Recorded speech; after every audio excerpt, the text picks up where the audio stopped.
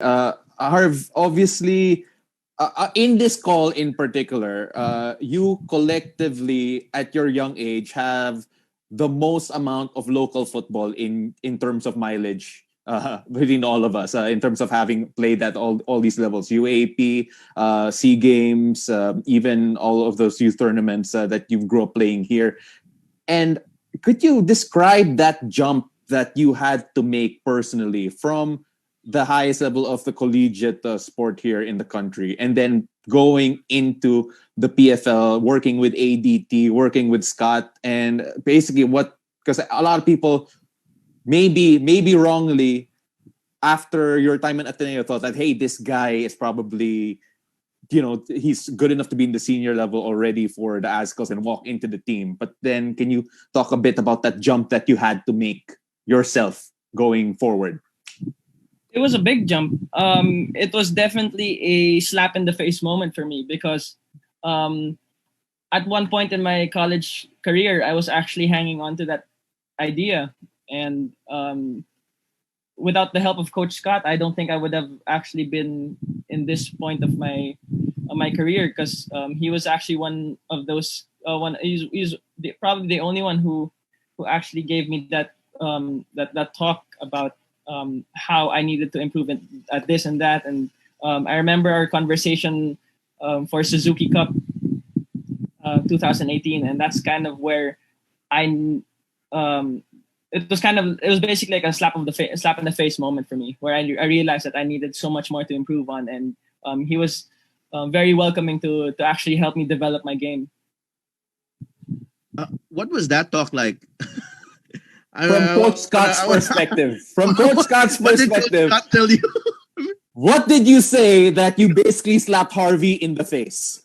What did you tell him, Coach Scott? Wow. Yeah, listen, Harvey comes with a solid background of youth football and a wonderful goal-scoring return at Ateneo. And, sometimes where you've played before doesn't necessarily transfer into what comes next. And sometimes, from people to feel like you can go from a college team to step right into the Azkals is absurd from a football perspective. You only have to look at Major League Soccer. Kids get drafted from a college scene. You don't see any of those going straight into the US national team, in a similar sense. Harvey Kame is talented, he's athletic, he's got goals in him.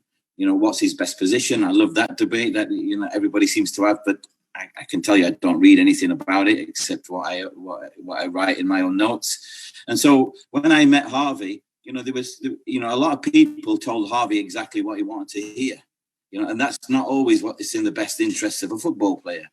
I've worked at the England youth national team level, Leicester City youth, a team that went on 4 years later to win the Premier League. And so I like to think I've worked around with and developed Thai players into the national team. So for me, I felt like Harvey is a great kid, great attitude, great talent.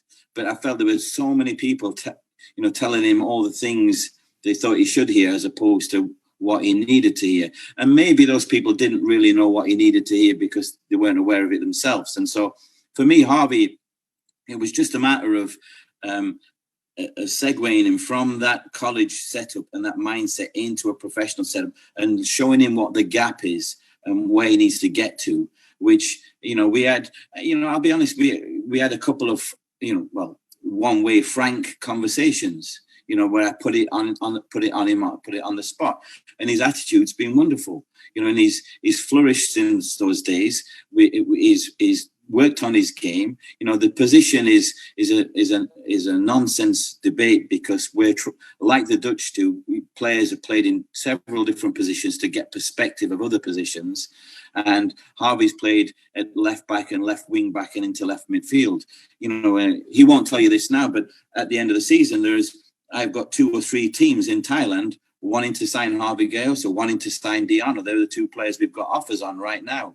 Harvey's, the Thai teams that have watched the games have said that they'd like to see him in that attacking midfield role, where I think he finished off the season quite well. Possibly that might be his best position. Harvey can finish chances, he can score goals. That's why he takes penalties. It's, is he right high up? Is he right wide left? Is he right in that attacking left? And I think he's acquired some skill sets that he probably needed, even from a defensive perspective, even as a striker.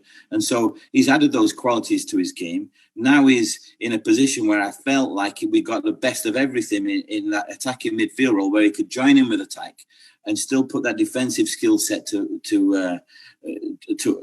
be applied. That matched with his high athleticism and great attitude. And so now we've got standing offers for him to go on and produce at a little bit of a higher level. And I fully expect him to go on and get better and better and better. Same with Diano. So they're the two ADT players right now. That the whole theory of ADT was develop players so they can move on to a higher standard, so that we can then consider them to get into the Azkals squad. So then they can get into the Azkals squad to fight for a place. And when the door opens, they step in. Justin Bass is a prime example of that. AZ Alkmaar to see games. Opportunity opened for him against Guam, funnily enough, where Nate was. Took his chance, and he's been in the side ever since. And that's how I see Harvey developing. Would he have got there without the talks with me? I honestly, no. I'm sure he wouldn't have. He might have done it, but it would have took him a longer period of time. So he's in a place now, he's in a really good place where his skill set and his football brain has been improved.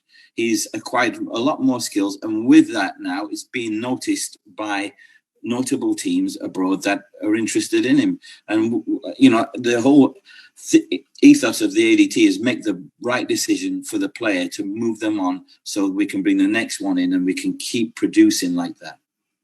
Well, Coach, if it's a good thing that you don't read any of the debate or the comments, because if you did, you definitely would have heard Nate's thoughts on it before. Yeah, Nate had a lot to say, Coach. But when Harvey was moved to left midfield, I think he was okay. He was done already. He was like, well, the good thing is with comments and stuff like that, you have, I'll start by saying I don't read it.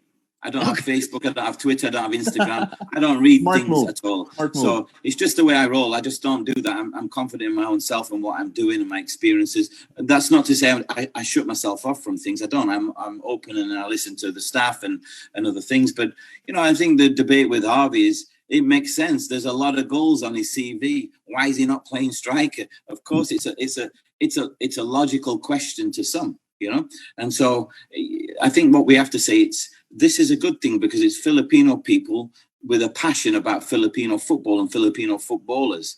But, what I would say to that is, I want everything good for Philippines football. I want the best from each player. I want the Azkals to win, and this is me at the ground level, making sure that the ground works right.